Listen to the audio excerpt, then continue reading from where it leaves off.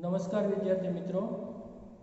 पिछले तास में हमने हमारा जो 10वां काव्य था भारत गौरव, उसकी हमने समझौती की और उसके साथ साथ ये जो काव्य का भावार्थ था, उनके जो प्रश्न थे, उन सभी प्रश्नों के उत्तर आपको स्टडी मटेरियल्स के रूप में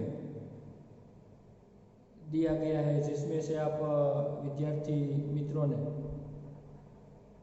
इस स्वाध्याय के सभी प्रश्नों के उत्तर आप लोगों ने अपनी बुक में लिख लिया होगा। और आज के वीडियो लेक्चर में दोस्तों हम हमारा ये जो नया प्रकरण है, यानी कि जो नया चैप्टर है, जो 11वां चैप्टर है, जिसका नाम है एक यात्रा यह भी। तो दोस्तों ये साहित्य प्रकार की दृष्टि से दिया गया ये चैप्टर एक कहानी है, यानी कि एक यात्रा यह भी, जिसका साहित्य स्वरूप एक कहानी है। और इसका जो सर्जक है, उसका जो लेखक है, जिसका नाम रामदरस जो मिश्र के, उन्होंने ये कहानी लिखी है। तो खास करके ये जो प्रस्तुत कहानी है, ये कहानी में प्रमुखतः एक रिक्शे वाले से संबंधित है, यानी कि एक जो रिक्शा वाला जो शिक्षित युवक है, यानी कि वह बीए तक पढ़ा हुआ है, और उनका जो जीवन है, सारी कहानी में हमें एक इंसानियत से भरा हुआ ये युवक का जीवन हमें दिखाई पड़ता है। और वह संकट में पड़ी हुई एक जो युवती है, उनके साथ वह विवाह कर लेता है, यानी कि स्त्री के प्रति जो ये रिक्शा वाले युवक का जो ये मानवीय दृष्टिकोण है, वह मानवतावादी दृष्टिकोण को इस प्रस्तुत कहानी में लेखक ने वर्णित करने का प्रयास किया गया है। तो यहाँ पर लेखक ने जो ये युवक है, जिसका जो स्त्रियों के प्रति जो सम्मान है, उसका एक जीवंत उदाहरण हमें इस पाठ में ये देखने को मिलता है।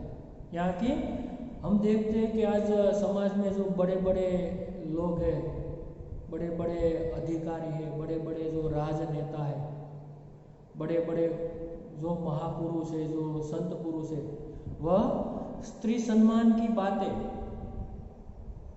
करते रहते, यानी कि बड़े बड़े भाषण करते रहते, उसमें स्त्री सम्मान, नारी सशक्तिकरण की बहुत सारी बातें करते हैं, लेकिन वास्तविक रूप से जो परिस्थिति के अनुसार जो स्त्रियों का जो दुख है, जो उनकी संवेदना है, उसे दूर करने का प्रयास कोई नहीं करता है। तो ये प्रस्तुत कहानी इसी प्रकार की हमें शिक्षा देती है कि जो ये नवयुवक पढ़ा हुआ है, शिक्षित है, फिर भी नौकरी के खोज में अपना शहर छोड़कर वह ग्वालियर में नौकरी पाने के लिए, नौकरी की खोज के लिए आता है। पर इसमें जो लेखक दंपति, जो रामदरस मिश्र जी है, वह ग्वालियर में अपने एक परिचित डॉक्टर को मिलने के लिए आते हैं, और वहीं पर उन्हें ये जो रिक्शा वाले जो युवक है, इससे उनका परिचय होता है। और धीरे धीरे ये परिचय पाकर ये युवक के जीवन की सारी बातें ये युवक लेखक दंपति को बताता है और उससे लेखक को ऐसा लगता है कि सही अर्थ में ये युवक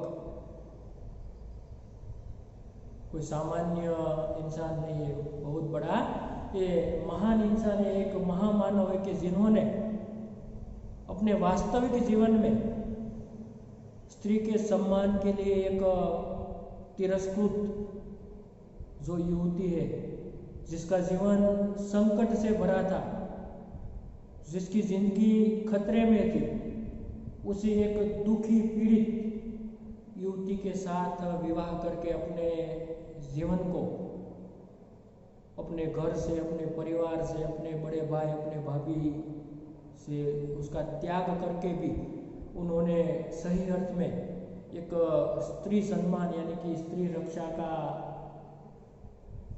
जो दायित्व ये युवक ने यहाँ पर निभाया है। और उसके साथ साथ लेखक के साथ उसका जो संबंध है वह एक आत्मीयता के साथ जुड़ा जाता है। लेखक उसके लिए एक अज्ञान है, फिर भी उनके परिचय से ऐसा लगता है कि युवक के प्रति लेखक को कोई परायेपन का एहसास नहीं होता और अपनेपन का एहसास होता है। और इसी प्रकार इस कहानी में लेखक ने ये जो युवक है जिसका नाम मोहन है, तो ये मोहन नाम का जो ये युवक है उसके माध्यम से लेखक ने यहाँ पर जो सही अर्थ में स्त्री सम्मान क्या है, स्त्री की रक्षा क्या है, या तो नारी के प्रति व्यक्ति का या तो समाज के लोगों का कौन सा दायित्व, कौन सी जिम्मेदारी होती है, उसका वर्णन ये प्रस्तुत कहानी में लेखक ने सुंदर तरीके से किया है। तो दोस्तों, ये जो कहानी की एक शॉर्ट संक्षिप्त ये प्रस्तावना थी, यानी कि ये कहानी का जो मूल हेतु क्या है, कहानी में कौन सी बातें होगी, इसी प्रकार का एक आपके सामने मैंने एक आधार बनाने का प्रयास किया, तो उसकी कहानी की नींव रखने का प्रयास किया। तो अब हम ये कहानी को विस्तार पूर्वक पढ़ने का प्रयास करें उनसे पहले हम इसके जो लेखक है, सर्जक है, यानी कि ये जो कहानीकार है रामदरस मिश्र जी, उसका हम यहाँ पर परिचय प्राप्त कर लेते हैं और उसके बाद ये कहानी को हम क्रमशः हमारी किताब में जो लेखक और मोहन के बीच जो संवाद स्वरूप यानी कि जो कहानी का जो विकास, जो विस्तार किस प्रकार होता है, उसको हम शब्दशः यानी कि आरंभ से अंत तक विस्तार पूर्वक पढ़ने का प्रयास करें। तो उनसे पहले हम लेखक का जो यहाँ पर परिचय प्राप्त कर लेते हैं, जो हमारे लिए ये आवश्यक बन जाता है, तो जरूरी बन जाता है। तो दोस्तों, ये कहानी का शीर्षक एक यात्रा यह भी, जिसका सर्जक रामदरस मिश्र जी, जिनका जन्म सन 1924 में हुआ था, यानी कि रामदरस मिश्र जी हिंदी साहित्य के प्रथम कोटि के साहित्यकार थे। लेकिन रामदरस मिश्र से हिंदी साहित्यना प्रथम हरोळना एक साहित्यकार था, એટલે કે ઉચ્ચ કોટીના સાહિત્યકાર હતા। आपने कहानियां, काव्य एवं उपन्यास आदि क्षेत्रों में अपनी कलम चलाई। એટલે કે રામદરસ મિશ્રજીએ સાહિત્યના જુદા જુદા સ્વરૂપો જેમ કે કહાની, કાવ્ય, ઉપન્યાસ, એટલે કે દરેક ક્ષેત્રની અંદર પોતે પોતાની કલમ દ્વારા साहित्य सर्जन करवानुं कार्य से ये करेलुं छे। आपके बहुचर्चित उपन्यास है जल डूबता हुआ और पानी के प्राचीर, अर्थात के कविનું जो खूब ज जाणीतुं ने प्रसिद्ध के विख्यात उपन्यास है જેનું नाम છે जल डूबता हुआ और पानी के प्राचीर। आपकी कविताओं के संग्रह है બેરંગ બેનામ ચીઠિયા અર્થાત લેખકની કવિતાઓના જે સંગ્રહના પુસ્તકો છે જેના નામ છે બેરંગ બેનામ ચીઠિયા, પક ગઈ है धूप, जुलूस कहाँ जा रहा है, आम के पत्ते, आ मुख्य एमने काव्यना अथवा तो कविताना संग्रह है। आपके कहानी संग्रह है खाली घर अर्थात लेखकना जे कहानीना वार्ताना संग्रह है जेमा खाली घर, वसंत का एक दिन, 61 कहानियाँ तथा मेरी प्रिय कहानियाँ। आ मित्रों एमनी कहानीना पुस्तकों से अथवा तो कहानीना संग्रहों से।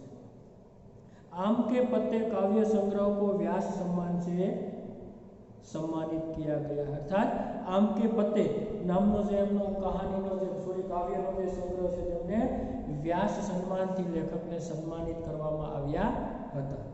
आपकी हिंदी अकादमी के शिखर सम्मान एवं उत्तर प्रदेश हिंदी संस्थान के भारत भारती पुरस्कार से प्रतिष्ठित किया गया है अर्थात आपको हिंदी साहित्य के अंदर हिंदी अकादमी नो जे शिखर सम्मान उत्तर प्रदेश हिंदी संस्था द्वारा अपनु सम्मान से करवामा आव्युं छे।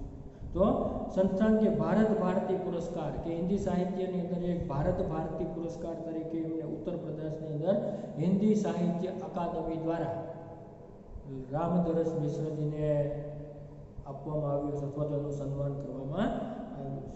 तो दोस्तों यह यात्रा एक भी कहानी में रिक्शे वाले से परिचित होने पर उनके जीवन की घटनाओं से नारी के प्रति उसका दृष्टिकोण देखकर तथा जीवन में उतारे गए काव्य बोध से प्रेरणा प्राप्त होती है।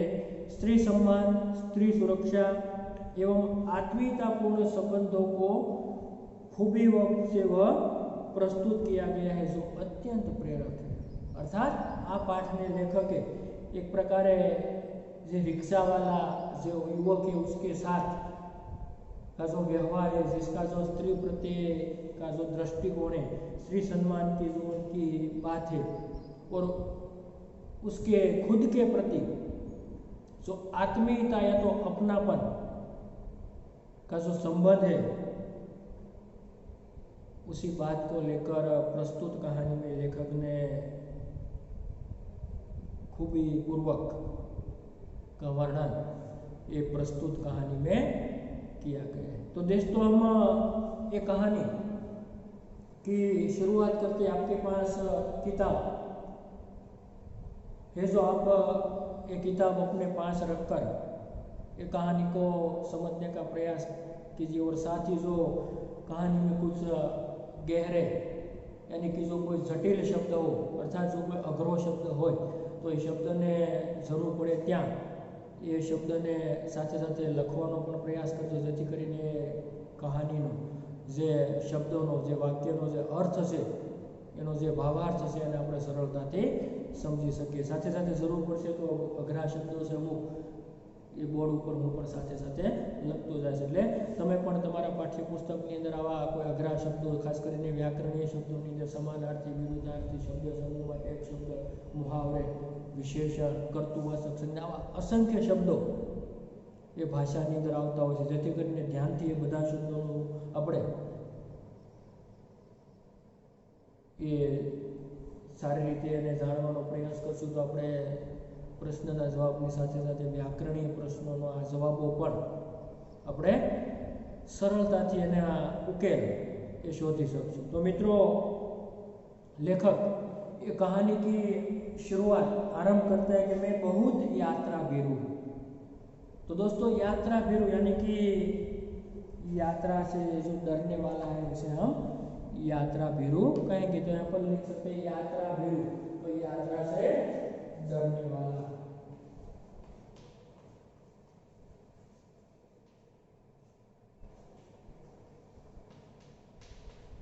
यात्रा से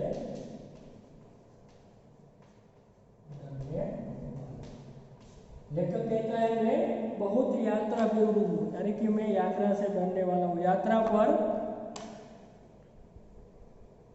निकलते समय डर बना होता है कि पता नहीं कैसे कैसे लोगों के से पाला पड़ेगा कि भाई यात्रा ऊपर એટલે કે પ્રવાસ ઉપર નીકળતી વખતે લેખકને એવું થાય છે કે ભાઈ એક પ્રકારનો ડર લાગે છે કે ભાઈ ન જાણે કેવા કેવા લોકો સાથે એ संबंध जोड़ा है। दोस्तों ये मुहावरा है पाला पड़ना यानी कि संबंध जोड़ना। पाला पड़ना यहाँ पर लिखते हैं हम, जो एक मुहावरा है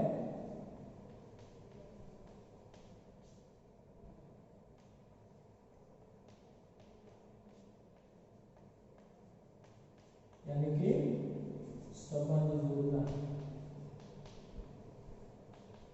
लेखक को यात्रा पर निकलते वक्त डर होता है कि न जाने कैसे कैसे लोगों के साथ उनका संबंध जुड़ेगा, और सबसे बड़ी असहजता तो अनुभव होती है कि लेकिन બધા કરતા વિશેષ असहजताથી અનુભવથી એવું લાગે છે કે અંટ-સટ કિરાયા માંગને વાલે ઓટો વાલે છે। એટલે કે બધાથી વિશેષ તો લેખકને એ અઘરું લાગે કે ભાઈ અંટ-સટ यानी कि મનમાન કિરાયું માંગવાવાળા રિક્ષાવાળાથી વધારે લેખકને डर लगे। तो अंट-सट यानी कि मनमाना, अंट-सट यानी कि मनमाना। तो भाई सबसे ज्यादा तो डर लगता है जो अंट-सट, जो रिक्शा वाला होता है, जो ऑटो वाला है, उनसे जो मन फावे तेम ये भाड़ू मांगे से, किरायु मांगे से, एनाथी पण लेखकने डर लागे छे। नए शहर में कैसे कैसे लोग मिलेंगे यह भी चिंता बनी रहती है। अर्थात कि भाई नवा शहर के अंदर એટલે કે અન્ય નવા શહેરની અંદર જતી વખતે ન જાણે કેવા કેવા લોકો મળશે એની चिंता પણ લેખકના મનમાં સતત થયા કરે છે। એટલા માટે પોતે એવું કહે છે કે ભાઈ वैसे तो मैं बहुत यात्रा भीरू हूँ, क्योंकि जो सबसे ज़्यादा नए शहर में जाते हैं तो जो ये रिक्शा वाला होता है, ऑटो वाला होता है, वह मनमाने अपनी तरीके से जो किराया मांगता है। साथ ही नए शहर में जाने से कोई नए लोगों से पाला पड़ेगा, उनसे संबंध जुड़ेगा, न जाने कैसे कैसे लोगों के साथ मिलना जुलना पड़ेगा। तो इन सभी बातों से लेखक को थोड़ा डर लगता है और इसलिए वह यात्रा बेरू है। तो इस बार एक डॉक्टर से मिलने के लिए ग्वालियर जाना पड़ गया। तो लेखक कहता है कि इस बार एक डॉक्टर को मिलने के लिए लेखक को ग्वालियर शहर में जाना पड़ता है। पत्नी साथ थी इसलिए आश्वस्ति बनी हुई थी, यानी कि पत्नी पोतानी साथे એટલે કે લેખકની સાથે એમની પત્ની સાથે હતા એટલા માટે એમને આશ્વસ્તિ। તો આ દોસ્તો આશ્વસ્તિ यानी कि તસલ્લી यानी कि આશ્વાસન, એટલે કે પત્ની સાથે હતી એટલે કે ખાસ કરીને એક પ્રકારનો આપણે સથવારો કહીએ કે કોઈ અજાણ્યું ન લાગે ને પોતાની પત્ની હોય તો સમય એ સારી રીતે પસાર થઈ શકે, અજાણ્યું ન લાગે એટલે આશ્વસ્તિ। તો यहाँ पर कोई તસલ્લી એટલે કે તકલીફ, આશ્વસ્તિ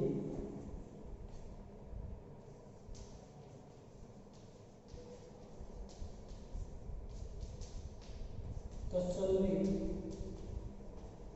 तकलीफ अथवा तो आश्वासन। वे पत्नी साथ थी इसलिए जाने में खास कोई तकलीफ नहीं थी, तसल्ली नहीं थी, इसलिए वह आश्वस्त थे। એટલે એટલું આશ્વાસન હતું પોતાની પત્નીનો સથવારો એમને સાથે છે। અને સ્ટેશન પર ઉતરતે ही ઓટે વાલે પીછે પડ ગए ને જેવા જે સ્ટેશન ઉપર ઉતરે છે एवं रिक्शा वाला એટલે કે ऑटो रिक्शा वाला એમને પાછળ પડી જાય છે। हम चुपचाप आगे बढ़ते रहे। लेखक कहते हैं कि हम चुपचाप आगे बढ़ते रहे। एक नवयुवक ऑटो वाला साथ लग गया। अर्थात એવા સમયે એક નવયુવાન એક ऑटो रिक्शा वालों से પોતાની સાથે થઈ ગયો। हम कुछ बोले बिना आगे बढ़ते रहे कि उसकी आवाज आई कि हमें लेखक कहे છે કે हम कुछ बोले बिना स्टेशन से आगे चलते रहे तो उसमें से ये जो ऑटो वाला जो ऑटो वाला था, रिक्शे वाला था, उसकी आवाज़ आई और कहने लगा बाबूजी आप आखिर कहीं जाएंगे ही और कोई ऑटो करेंगे। अर्थात कहते बाबूजी आप आखिर એટલે કે તમે ક્યાંક જશો અને આખરે તમે ઓટો તો કરવાના એટલે કે તમે રિક્ષા છે ભાડે તો કરવાના છે, તો फिर मेरा ऑटो क्यों नहीं, तो પછી મારી રિક્ષા શા માટે નહીં। આ પ્રકારનો અવાજ આ રિક્ષાવાળો સ્ટેશન ઉપર ઉતરીને લેખક જ્યારે ચાલતા થઈ જાય છે ત્યારે એમને કહે છે કે બાબુજી आप आखिर कहीं पर जाएंगे तो सही और ऑटो भी करेंगे, अर्थात તમે રિક્ષા પણ ભાડે કરશો તો પછી મારી રિક્ષામાં આવવામાં તમને શું વાંધો છે। આવું એ નવયુવક ઓટો રિક્ષાવાળો છે એ લેખક અને એમની પત્નીને કહે છે। उसकी जिद और आवाज में कुछ ऐसा आकर्षक महसूस हुआ कि मैंने स्वीकृति दी। अर्थात ये जो नवयुवक था, ये जो रिक्शे वाला था, उसकी आवाज में कुछ ऐसा आकर्षक मुझे एहसास हुआ ताकि मैंने उसे स्वीकृति दे दी, यानी कि उसकी रिक्शा में बैठने के लिए हम तैयार हो गए, क्योंकि हमें इसका कुछ आकर्षक ऐसा लगा कि भाई ये रिक्शा वाला अन्य रिक्शा वाला से या तो ऑटो वालों से कुछ अलग प्रकार का व्यक्ति ऐसा मुझे एहसास हुआ, महसूस हुआ, इसलिए मैंने उसे उसकी रिक्शा में बैठने का स्वीकार कर दिया, तो बैठने की स्वीकृति दे दी। फिर वह प्रेम भरी बातें करता रहा और हमें डॉक्टर के यहाँ पहुँचा दिया। પછી કે ભાઈ એ પ્રેમપૂર્વક અમારી સાથે વાતો કરવા લાગ્યો, અમને અમારા જે નિશ્ચિત સરનામું હતું, એટલે કે જે ડૉક્ટરને ત્યાં અમારે જવું હતું ત્યાં ડૉક્ટરના ઘર સુધી અમને આ યુવકે પહોંચાડી દીધા। उसके द्वारा बताए वांछित पैसे देकर डॉक्टर के घर की कॉल बेल बजाई। પછી એમના દ્વારા કહેવામાં આવેલા જે નક્કી થયેલા વાંછિત એટલે એમના દ્વારા નિશ્ચિત થયેલા નક્કી થયેલા પૈસા છે એ રિક્ષાવાળાને આપી અને મેં ડૉક્ટરના ઘરે ગયા અને ત્યાં જઈને દરવાજા ઉપર कॉल बेल એ વગાડી। ज्ञात हुआ कि डॉक्टर ने क्लिनिक की जगह बदल दी। ત્યાં જઈને कॉल बेल વગાડ્યો તો ત્યાં જઈને જ્ઞાત हुआ એટલે કે ખબર પડી કે જે ડૉક્ટરે પાસે અમારે જવું છે એમણે પોતાની ક્લિનિક આખી જગ્યા છે, સ્થાન છે એ જ બદલી નાખ્યું છે। અર્થાત એ ડૉક્ટરે પોતાનું ક્લિનિક જે હતું, જે સરનામું એ જગ્યા ઉપરથી બીજા સ્થળ ઉપર અથવા તો બીજા જગ્યા ઉપર એ ક્લિનિક બદલાવી નાખ્યું છે, એવો ત્યાં ગયા પછી લેખકને ખ્યાલ આવે છે। ऑटो वाला बिना हमारे कहे हमारा इंतजार कर रहा था। ये समय रिक्शा वालों हमें हमने कीधुं नहोतुं छतां पण हमारी राह जोई रह्यो हतो, इंतजार कर रहा था। हमें नई जगह पर पहुंचा दिया। मैंने पूछा कितने पैसे दे दूं। अर्थात ये राह जोतो तो फरी पाछा में रिक्शा में बैठा पछी लेखक कहे छे कि मैं एमने पूछ्યું કે કેટલા રૂપિયા આપું, तो वह बोला बाबूजी जो अच्छा हो दे दीजिए, क्या कि जे तमने सारू लागे ये आपी दो। वैसे डॉक्टर के घर से यहाँ तक का किराया तो अतिरिक्त हो गया। अने अब थाय कि भाई वैसे तो डॉक्टर के घर से यहाँ का किराया तो आपको ये अतिरिक्त हो गया, वधारानुं थई गयुं, कारण के जे काम हतुं, जे जग्या पर जवुं हतुं ત્યાં સુધી रिक्शा लईने जवा माटेनुं एमनुं जे भाडું છે, किराયું છે, એ તો ખોટું થયું, ફોગટ ગયું, કારણ કે ત્યાં તો ડૉક્ટર મળ્યા ને ત્યાંથી વળી પાછું બીજા સ્થાન ઉપર જવા માટે જવું પડ્યું, એટલે લેખકને વધારે પૈસા ખર્ચવા પડ્યા। એટલે અહીંયા માનવતાથી અથવા તો આત્મીયતાથી આ યુવકે એવું કીધું ભાઈ છતાં પણ તમારે ડૉક્ટર સુધીનું એ કિરાયું છે, ભાડું છે, તો તમારે ફોગટનું ગયું અથવા તો ખોટું ગયું, તમને જે ઈચ્છા પડે એ આપી દો એમ। तो उसने पूछा बाबूजी यहाँ से कहाँ जाएंगे। પછી એમણે પૂછ્યું કે હવે તમે અહીંયાથી ક્યાં જશો। मैंने होटल का नाम बता दिया और कहा भाई तुम आओ जाओ यहाँ देर लग सकती। પછી મેં હોટલનું નામ બતાવી દીધું, પછી કીધું ભાઈ તું હવે જા, કારણ કે અહીંયા અમારે મોડું થશે, देर लगेगी या तो वार लगશે, कि यहाँ देर लग सकती है, यहाँ हमको देर लगती है, इसलिए तुम चले जाओ। वह कुछ बोला नहीं। हम डॉक्टर के पास चले गए। પછી એ યુવક છે કાંઈ બોલ્યો નહીં, અમે ડૉક્ટર પાસે જતા રહ્યા। घंटा भर बाद निकले तो देखा वह वहीं खड़ा था। પછી કલાકો પછી ડૉક્ટરના ઘેરથી મેં ફરી પાછા આવ્યા અને જોયું તો એ યુવક છે ત્યાં ઊભો હતો। અને अब हमें महसूस होने लगा कि यह ऑटो वाला कुछ और। અને પછી લેખકને એવું થવા લાગ્યું, એવું મહેસૂસ થવા લાગ્યું ભાઈ એ ऑटो वाला कुछ और है, सामान्य व्यक्ति नहीं है, ये कुछ अलग जिस्म का कोई व्यक्ति है, ऐसा हमें महसूस हुआ, ऐसा लेखक को लगता है। वह हमारे भीतर घर करता गया, यानी कि वह धीरे धीरे हमारे भीतर घर करता गया, वह हमारे धीरे धीरे नज़दीक आता गया, यानी कि हमारे साथ उनका जो संबंध है वो धीरे धीरे मजबूत होता गया, यानी कि वह बढ़ता गया, वह उसका लगाव से हमारे प्रति धीरे धीरे बढ़ता गया, यानी कि वह हमारे भीतर घर करता गया। और होटल पर छोड़कर उसने पूछा फिर कब जाऊँ, और साथ साथ हम दोनों को होटल पर छोड़कर ये युवक ने सामने से हमें कह दिया कि भाई अब फिर मैं कब आऊँ। तो यानी अर्थात मतलब यानी आप शहर में घूमेंगे फिरेंगे, अर्थात તમે શહેરની અંદર હરશો ફરશો ને, ઘૂમેंगे फिरेंगे ને, आपको जहाँ जाना होगा मैं चलूँगा, आपको जहाँ जाना होगा मैं आपको साथ चलूँगा। वैसे यहाँ कब तक है અને તમે અહીંયા ક્યાં સુધી રોકાવાનો છો, જ્યાં સુધી તમારે જ્યાં જવું છે ત્યાં સુધી હું તમારી સાથે રહીશ। तो लेखक कहता है कि भाई कल शताब्दी से लौटेंगे, यानी कि वह बताते हैं कि हम कल जो शताब्दी ट्रेन है उनसे हम वापस लौटेंगे। तो आपको घुमाने के लिए कब आज़ाद, अर्थात कि भाई तो आपको मैं घुमाने के लिए फरवा ले जाऊँ मैं हूँ क्यारे आऊँ भाई, आज तो थके आराम करेंगे कल घूमेंगे। क्या कहते हैं लेखक कि भाई आज तो हमें थाकेला छीए એટલા માટે આરામ કરીશું, काले ये फरवा माटे घूमने के लिए जाएंगे। ठीक है बाबूजी, यह रहा मेरा मोबाइल नंबर, मुझे फ़ोन करके बुला लीजिए। ठीक है बाबूजी, यह मेरा मोबाइल, अर्थात आ युवक से लेखक ने मोबाइल नंबर आपे छे, कांई वांधो नहीं, आ मारो मोबाइल नंबर हूँ तमने आपू छुं, तमारे ज्यारे जरूर पड़े त्यारे मने तमे फोन करीने बोलावी लेजो। अरे तुमने अपना नाम तो बताया ही नहीं, लेखक कहता है अरे तुमने अपना नाम तो बताया ही नहीं। तो युवक कहता है मोहन। तो मोहन अच्छा नाम है, लेखक कहता है कि भाई मोहन नाम तो खूब सारू है। दूसरे दिन घूमने का कार्य शुरू हो गया। फिर दूसरे दिन वह ऑटो वाला यहाँ आ जाता है और लेखक और उसकी पत्नी को बिठाकर यहाँ से घूमने का कार्य शुरू हो जाता है।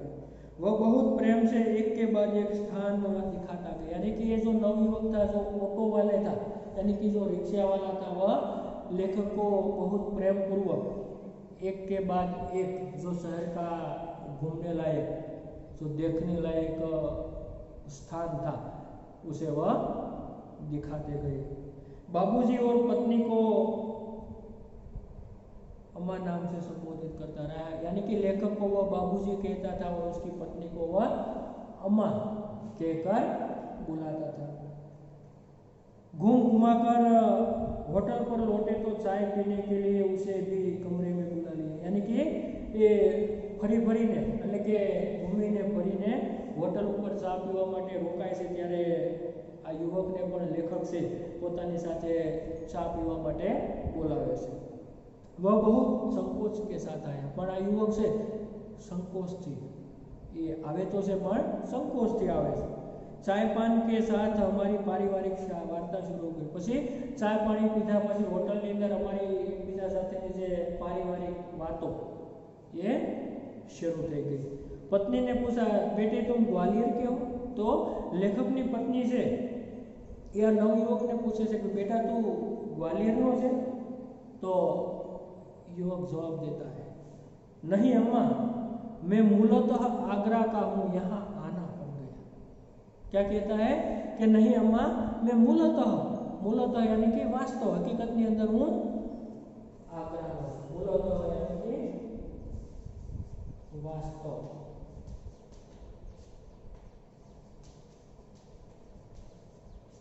नहीं मैं मूलतः आगरा का हूँ, यहाँ आना पड़ गया, पर अहिया मारे आवવું પડ્યું। हमें लगा कि वह यह कहते कहते कुछ भर गया, अर्थात लेखक को ऐसा लगता है कि ऐसा कहते कहते वह युवक कुछ भर गया था, भाव विभोर हो गया था, भर जाना, उसके हृदय, उसका जो लगाव था, जो भावना थी वह उसके हृदय में भर गई थी, ऐसा लेखक को लगता है, इसलिए चुप रहे। लेकिन वह स्वयं बोलने लगा। लेखक कैसे पोते चुप रहे पर छता ये युवक स्वयं पोते ये बोलवा लगे। आगरा में अपना घर है। क्या कहता है कि भाई आगरा में मारू पोतानु घर से, माँ बाप तो बचपन से ही गुजर गए, अर्थात मारा माता पिता से बाळपणमांथी ज अवसान पाम्या छे अथवा तो गुजर गए। बड़े भाई ने मेरी परवरिश की, अर्थात मोटा भाई मारो ये पालन पोषण कर्યું, परवरिश तो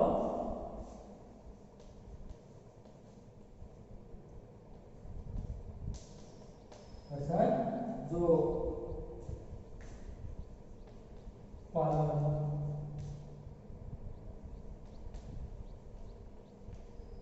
कि बड़े भाई ने मेरा पालन पोषण किया था कि मेरे माता पिता बचपन से ही कुछ करे, भाई वकील है, मैं भी बीए पास। क्या कहता है कि मेरा जो बड़ा भाई है वे वकील है और मैं बीए पास, यानी कि मैं ग्रेजुएट हूँ और कोई नौकरी खोज रहा था कि અને કોઈક નોકરીની તલાશમાં એટલે કે નોકરીની શોધમાં હતો, પણ ત્યાંથી આ યુવક પોતાનું બોલવાનું છે એ અટકી જાય છે અને એક ચૂપી सी छा गई, अर्थात તે બોલતો અટકી જાય છે અને એકદમ શાંતિ છવાઈ ગઈ। एक चुप्पी सी छा गई अर्थात कि खामोशी छवाई गई। दोस्तों ये मुहावरा है, यहाँ पर लिखते हैं एक चुप्पी सी छा जाना अर्थात खामोशी छा जाना, चुप्पी सी